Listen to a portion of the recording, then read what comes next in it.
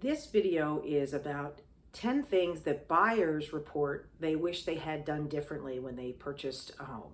I'm also going to do a follow-up video of things that I've seen that I think buyers should have done differently, but these are from their own mouths what they say they wish they had done differently.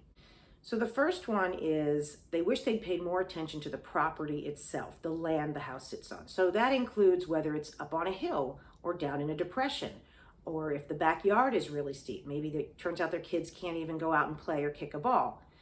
But it also has to do with things like whether the property gets swampy in the rain. And if, for example, you wanted to add a pool or build a garage, you have to make sure that the land and the zoning and building codes would allow for that kind of thing. So do pay attention to the property.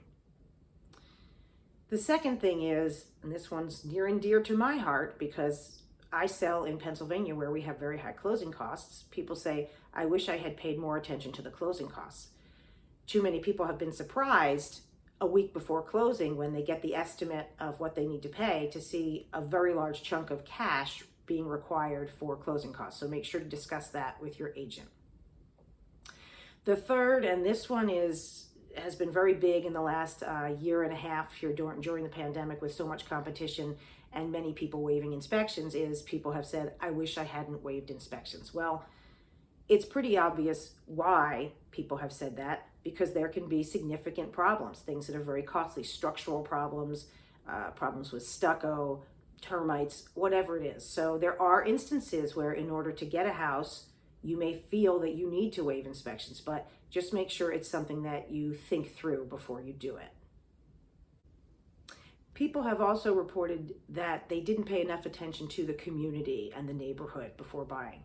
So you do want to know what kind of neighborhood you're moving into. And I just want to say right now, I'm not talking about violations of fair housing, worrying about the religious or racial or sexual orientation of your neighbors. I'm talking more about statistical information like the crime rate, the percentage of homes in the area that are rented versus owned, white collar versus blue collar workers, also political leanings. You can see voting records and see if a certain area has voted more blue or red, if that's important to you. So it's also things that are less tangible, like certain neighborhoods have active walking groups or babysitting co-ops or book clubs. If those kinds of things are important to you, get a feeling for them.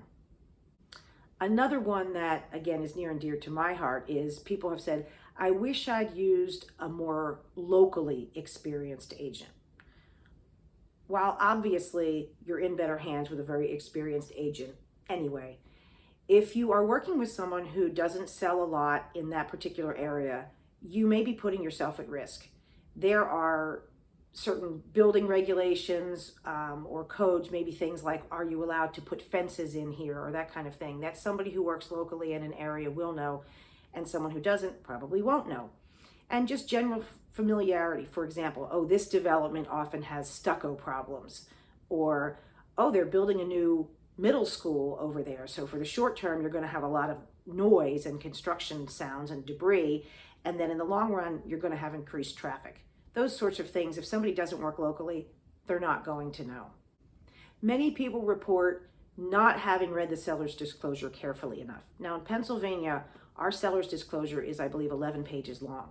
In other places, it may only be a page, but ours asks a lot of questions. And it's incumbent upon you as the buyer to pay attention to what the seller has disclosed, because when you sign that disclosure, which is part of what needs to happen for you to make an offer, you are saying that your offer reflects whatever has been disclosed. So if you come back later after the sale is complete and you move into the house and you notice that the basement gets water and that was disclosed, you really don't have a leg to stand on. So read it.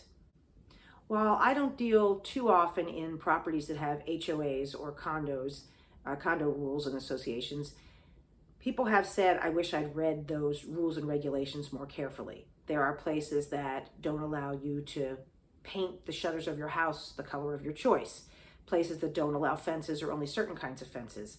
There are condos that don't permit barbecues on balconies, things like that. So if you are looking at a community that has a set of rules like that, you are required to be furnished with a set of those rules. Read them. Another big one is inclusions and exclusions. Those need to be stipulated on the agreement of sale. So you don't want to show up on the day of settlement with your keys and your signed settlement papers, all excited to go into your new house, only to walk in and discover that that pool table in the basement is still there. Or the trampoline, which you were going to use with your kids, is gone. Or the refrigerator and washer and dryer aren't there. So just make sure that you specify what is supposed to be included and excluded.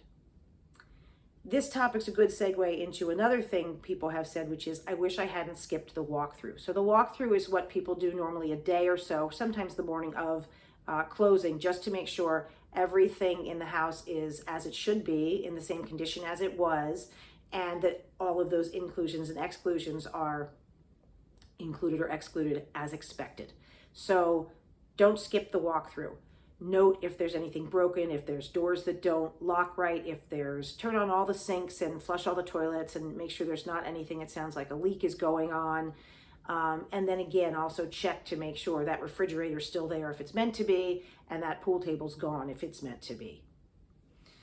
The last item on the list, and this is one that people don't think about much but should, is if you are moving from a smaller place to a bigger house, before you commit to that purchase, keep in mind, with a bigger home, you're talking about more to clean, more to heat and cool, and more to furnish. Furniture is expensive. So if you're moving from a 2-bedroom apartment to a 5-bedroom home that has a finished basement with a family room space, just keep in mind how much furniture you're going to need to buy. Now, you don't need to do it all at once, but there are people who say, well, I don't want my house half furnished.